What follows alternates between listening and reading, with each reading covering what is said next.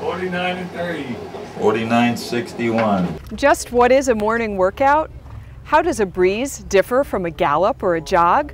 Does it really matter how fast a horse works? We've got the inside track next on Unbridled.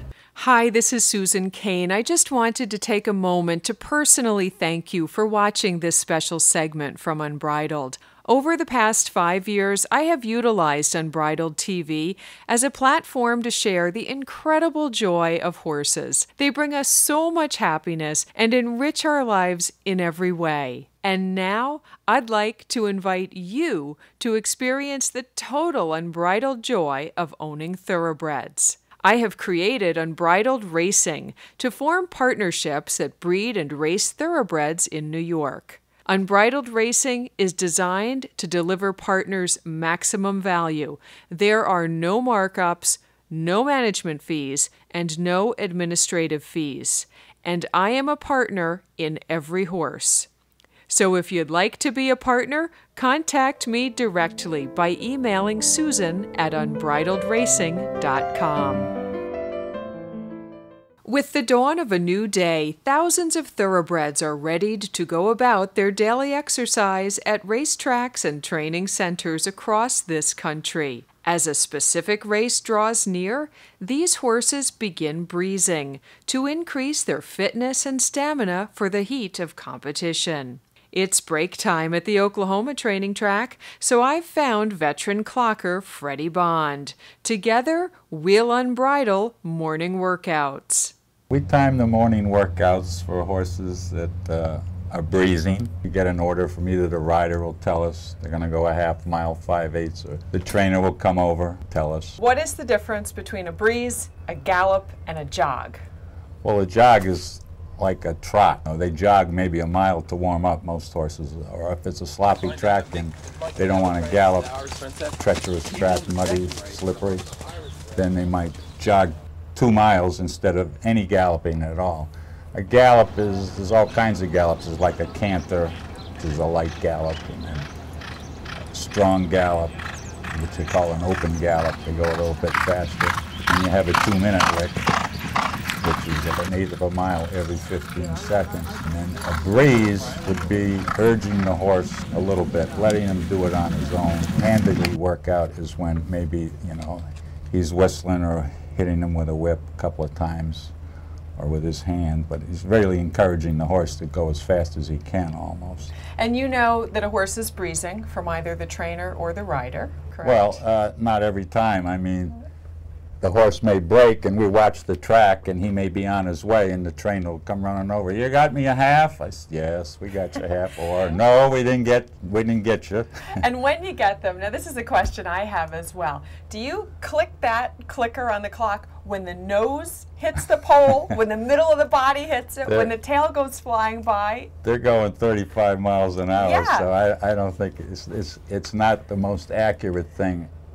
Personally, I time a horse going into a pole. And if I time every workout the same way, going into the pole, then I'm going to get some consistency.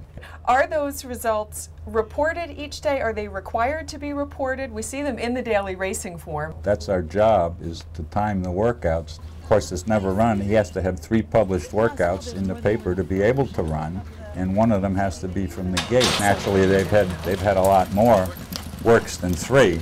But that's the rules in the state of New York.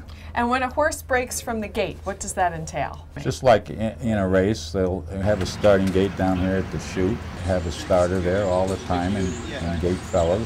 A beginning horse, they'll stand them in the gate and back out, and then they'll stand in the gate and one of the starters will open the doors, and the horse will gallop out. And after he's done that one or 2 times, then he's ready to pop. Ring the bell and everything, and it's very much like a race. So, Freddie, when a horse works from the gate, is that reported differently from a regular breeze where they just start on the other side of the track? Yeah, it's just that you put a little G after the B. B is for breeze, H is for handily, so it would be BG or HG, depending on, you know, how much he was encouraged to go. Do you have jockeys work out horses? Is that reported? Does it make a difference in the workout, or do you see different equipment changes? Yes, jockeys, when they're here during August, during the meet, they'll work horses for trainers, but most of that's on the main track.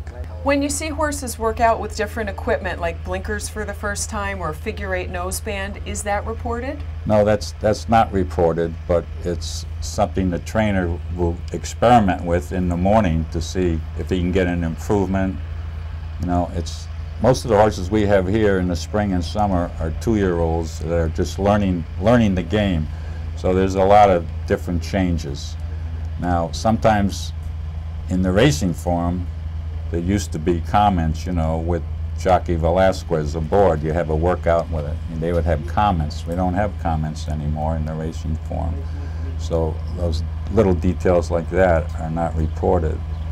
And with all your experience clocking, when you see a horse go, do you have a good idea of what time he is running in? Yeah, I think so. And mostly what you learn to appreciate is how they're going. There's a lot of horses that just have a beautiful natural stride, and then there's horses, you know, that they run too high or they got their head cocked to the side. They have to learn a lot. So it's an observation thing that I've been around the racetrack for 40 years, and that's one of the things that you learn. And in all of your years, who is the most impressive horse you've seen set foot on the racetrack? Oh boy.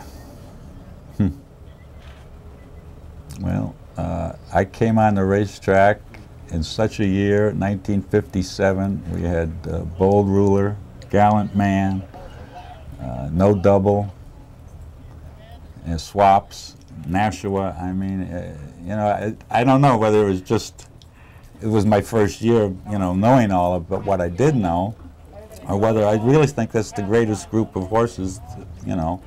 My favorite horse of all time was Forgo.